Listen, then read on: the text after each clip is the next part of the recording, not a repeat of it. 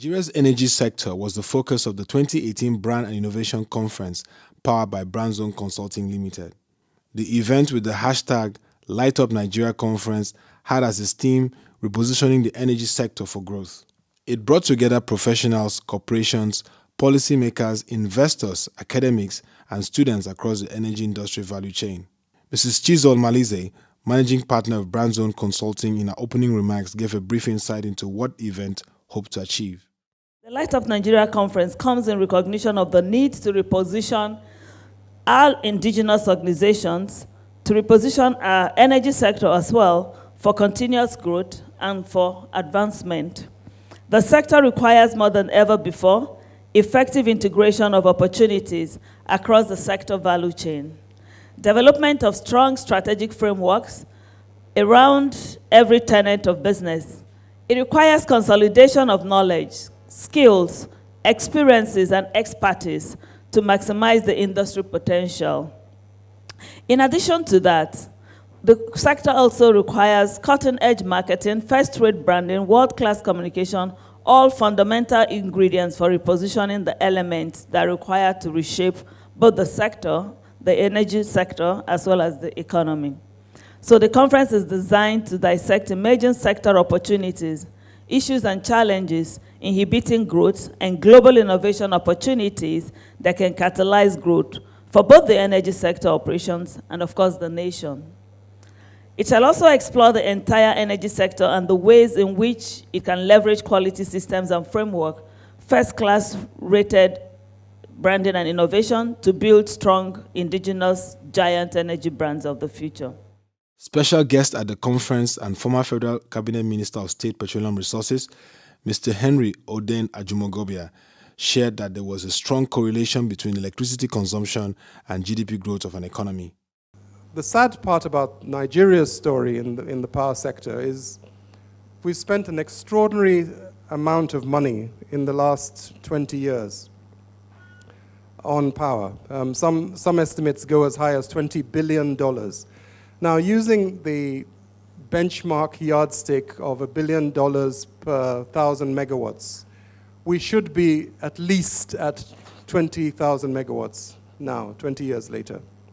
But we're not. I mean, I'm told the last figures I hear is about 6,000, 7,000 megawatts, and even that is not distributable because of our transmission lines that have limited capacity. And if we accept the underlying thesis that energy consumption is what's going to drive growth, then I think we have a long way to go in terms of moving our nation forward.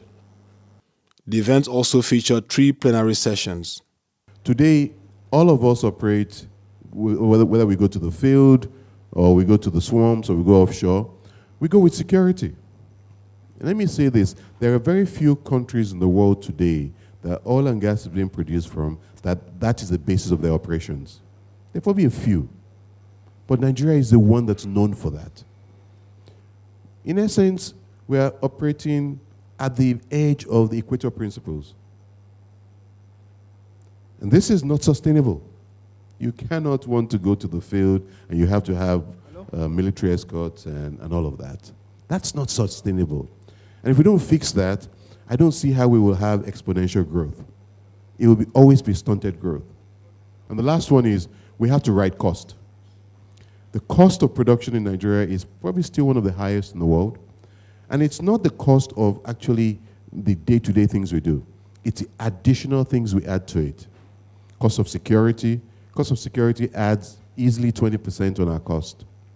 So when I say let's fix the basics, if you try and build growth on all those things I've shared with you without fixing them, that growth is not sustainable. That growth can be taken away by 1 or 2 factors. So it's very important that we just don't jump on the platform of growth. We have to fix the basics. Government has to change its paradigm. Gas should not be seen as a source of tax revenue. We should use gas to pump up the Nigerian economic pie and make it as big as possible. And then government should get its tax revenues from a far larger economic pie. there's still a big schism between the thinkings of the private sector and the thinking of government, and I hope Bitte, sitting by my left, will address this matter. We need to ensure that we attract investors to invest in the gas system by making sure that it is attractive, that when they invest in dollars, they will get their money back in dollars. When they get their money in dollars, they can repatriate their profit without monetary control that would inhibit it. So my hope is that, my prayer is that the PIB, which Demola and I are going to tomorrow and also next Wednesday to articulate the industry position, would listen to the plea of the practitioners that we have to make gas an attractive business so that we can release and produce additional gas for the power generation sector to be made available to all of us sitting here, to all the factories, to all the welders, to all the beauticians, to be able to truly create value and wealth for the Nigerian economy. The thing about the value chain and thinking sustainably is it is not enough to think we will generate 150 megawatts of power without asking yourself how you're going to deliver it to the last mile. It is not enough, actually, for business and individuals to continue to point at government for all the ills without asking ourselves, what is our own responsibility? And my question, actually, if we're advocating that approximately $20 billion should be invested in the oil and gas sector, and we're advocating as the oil and gas sector that that is absolutely critical investment, are we thinking holistically? Even as we advocate for pricing, given that we're a country where really less than 5% can afford or is even connected, what is the statistic? How many are connected to the grid? How do we actually propose for the additional energy generation to create the wealth that we require? Building technical competence and capacity to ensure our industry and nation are positioned for development is a major priority for the federal government. Experience has shown us that when development occurs, having capacity and the necessary skill sets is crucial. And more importantly, our people, our communities, and our businesses must be positioned to seize the opportunities that will come. Finally, in an industry such as ours, a competent workforce is fundamental to development and growth. It is therefore incumbent on us to create better opportunities for our locals to participate in the energy-related industries that are emerging and to further develop them through both formal and informal educational processes.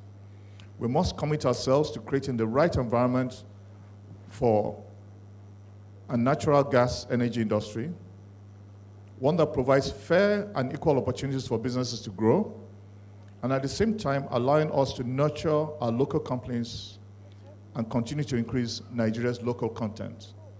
Some of the panelists give their takeaways from the Light Up Nigeria conference. I think what was very important, it was beyond a talk shop, it was a call to action. It was a call to individuals taking ownership and responsibility for the need for sustainable consumption, responsible consumption, and it was also linking the way our individual lives actually impact the availability of energy resources in the country. It was also a call to government to create the enabling environment and a policy framework that also offers policy continuity, which is what enables business to invest. And what was most exciting is that we talked about the responsibility of business to help to create sustainable growth as opposed to just growth. And the actions that are being undertaken by business under the aegis, for example, of the Sustainable Development Goals to ensure that our business activities have a positive impact on the environment, on the society in which we subsist and exist, and that we're beginning to develop something called a sustainability culture, where everyone is responsible and accountable, right down to individuals, all the way through to corporates, working in collaboration with government. Nobody sells a product below the price, the cost price. Every consumer will understand that. So first thing, we need to have transparency of cost, make sure the cost is really the right cost. But we must allow the entities to have a decent amount of profit. And that profit must cover two things. It must cover the cost of the funds you're going to get from the banks and also a little margin to yourself. So for me, for sustainability, we need a profit reflective tariff. Because the cost reflective tariff, over time, you're not going to make money, and what happens in the longer run, you will die as a business. We all have a role to play in lighting up Nigeria. Government has a role to play in making sure that the petroleum industry bill, which would then provide the legislative framework, okay, to support the policy directions of government, is passed this year before electioneering starts. That's on the government side. We, the oil and gas producers and operators, we need to try to look for all the good issues within the government policies and find a way of making our investment work to be able to increase the production of gas to power the nation. The electricity value chain people, those are the generating companies and the distribution companies, they are undercapitalized. They are unable to invest in additional infrastructure to truly boost up power generation and distribution in Nigeria. Something radical needs to be done about their state, okay? And then ultimately the consumer, you, me, the hairdresser, this hotel, everybody who consumes electricity, we should make sure that we don't steal electricity, and most importantly, we don't waste electricity.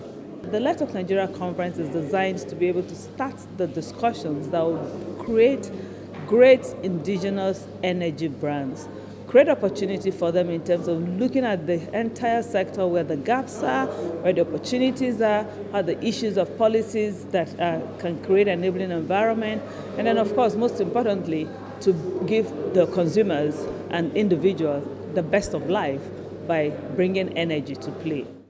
With a clear and strategic policy framework, with investment and innovation, the Nigerian energy industry has bright prospects of becoming a key driver of its economy.